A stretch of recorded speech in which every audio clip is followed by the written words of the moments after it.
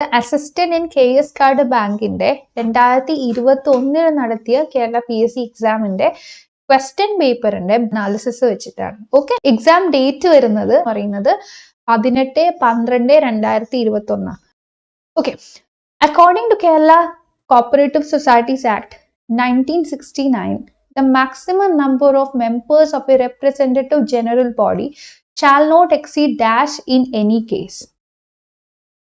അപ്പോൾ option A 50, option B 100, option C 150 and option D 500.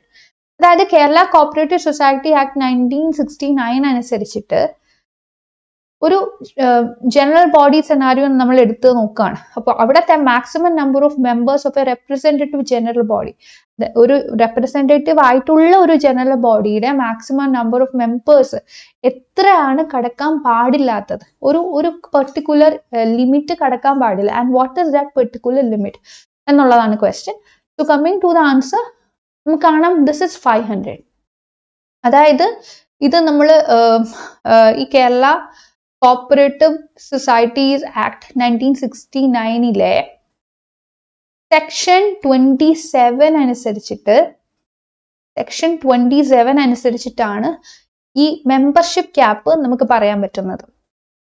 Membership cap. അപ്പൊ എന്താണ് membership cap എന്ന് പറയുന്നത്? മെമ്പർഷിപ്പ് ക്യാപ്പ് കൊണ്ട് ഉദ്ദേശിക്കുന്നത് membership is capped or membership limit.